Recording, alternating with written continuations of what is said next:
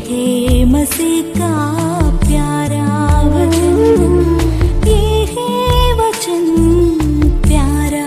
परमेश्वर के धन्य नाम की महिमा हो। प्रभात मनन के सत्र 2191 में आप सभी का बहुत ही विनम्रता के साथ स्वागत करता हूं। आइए आज का मनन के लिए हम पढ़ते हैं याकूब अध्याय 1:1। परमेश्वर की और प्रभु यीशु मसीह के दास याकूब की ओर से उन 12 गोत्रों को जो तितर बितर होकर रहते हैं नमस्कार पहुंचे। प्रभु यीशु मसीह के भाई होते हुए भी याकूब अपने आप को यीशु मसीह के दास के रूप में परिचय देने की भूमिका पर हम कल मनन किए थे। निम्न विषय पर कुछ और भी बात है जो पवित्र आत्मा ने मेरे मन में दिया है, मैं चाहता हूं कि आपके साथ साझा करूं। मैं आपको इस पत्री के अध्ययन के शुरुआत में ही कहा था कि हमारे विश्वास जीवन के संबंध में कुछ अनिवार्य प्रायोगिक सच्चाइयों को याकूब इस पत्री के द्वारा हमें सिखा रहा है। परंतु हमें यह भी बात अवश्य जाननी है कि मसीह जीवन में हम जो भी बातें प्रायोगिक जीवन में लागू करते हैं, उन बातों को यदि वचन के सिद्धांत का समर्थन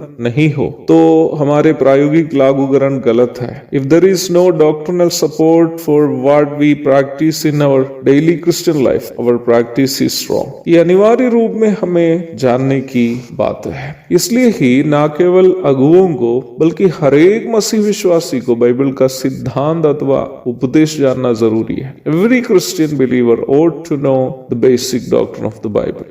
जिन विश्वासी वचन का मूल उपदेश से अनजान है वो कभी भी अपने मसीह जीवन में रास्ता भटक सकता है। बहुत सारे मसीह लोग भी उद्धार प्राप्त किए और बपतिस्मा लिए संगति कर रहे हैं तो भी परमेश्वर को प्रसन्न करने वाला एक मसीह जीवन इसलिए नहीं बिता पा रहे हैं क्योंकि उनके मसीह जीवन का वचन की मूल शिक्षा से कोई लेना देना नहीं है। प्रभात मनन नामक इस छोटी सी सेवकाई का लक्ष्य यह है कि मसीहियों को वचन की मूल शिक्षा अथवा उपदेश या सिद्धांत की जानकारी दे ताकि वे लोग एक ऐसा जीवन बिता सके जिससे परमेश्वर उन पर प्रसन्न हो। याकूब अपने आप को परमेश्वर और यीशु मसीह के दास के रूप में परिचय इसलिए केवल नहीं किया है कि याकूब बहुत नम्र हो गया था, बल्कि उसका एक सैद्धांतिक कारण भी है। याकूब ये पत्र विशेषकर यहूदी भूमिका से आए हुए उन मसीह विश्वासियों को लिखी है जो संभवतः स्तिफनुस की हत्या के पश्चात जो सताव हुआ तब,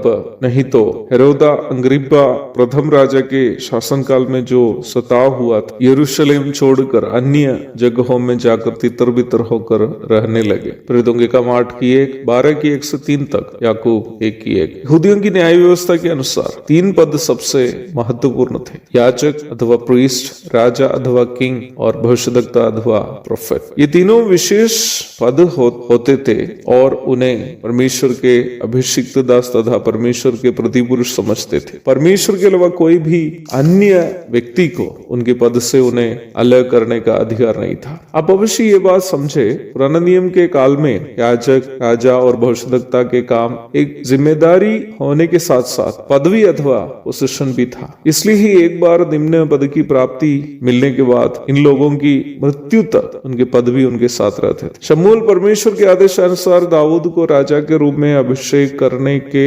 बावजूद भी याद रखनी है कि जब तक शाऊल की मृत्यु नहीं हुई दाऊद राजा के पद पर अवरोधित नहीं हुआ था। परंतु अवश्य ध्यान दे कि नया नियम में विशेषकर कलीसिया में विशेष पद या पदवी किसी भी विश्वासी के लिए नहीं है। जो भी पद है वो सभी विश्वासी के पद है, जैसे कि परमेश्वर की संतान होना, 1:12, धर्मी ठहराए जाना, रोमी 5 की 1, पवित्र आत्मा की प्राप्ति, इफिसी अध्याय 1 पद 13 और 14 आदि सभी हर एक उद्धार प्राप्त विश्वासी की पदवी है। केवल 1 या 2 या कुछ लोगों के लिए केवल दी गई पदवियां नहीं है। नया नियम में अथवा कलीसिया में ऐसी कोई पदवी नहीं है जो केवल कुछ लोगों के लिए दी हो। प्रेरित, भविष्यद्वक्ता, सुसमाचार प्रचारक, रखवाले जो शिक्षक भी है, या फिर डीकन अथवा सेवक इत्यादि सभी विशेष आत्मिक वरदान है जो सेवा करने के लिए विभिन्न विश्वासियों को दिए है। इसी अध्याय 4 पद 11 से 13 तक। पोस्टल, प्रोफेट, इवेंजलिस्ट, पास्टर और teacher teaches, and then deacons are all spiritual gifts given for different believers to serve the church. These all are ministries or spiritual responsibilities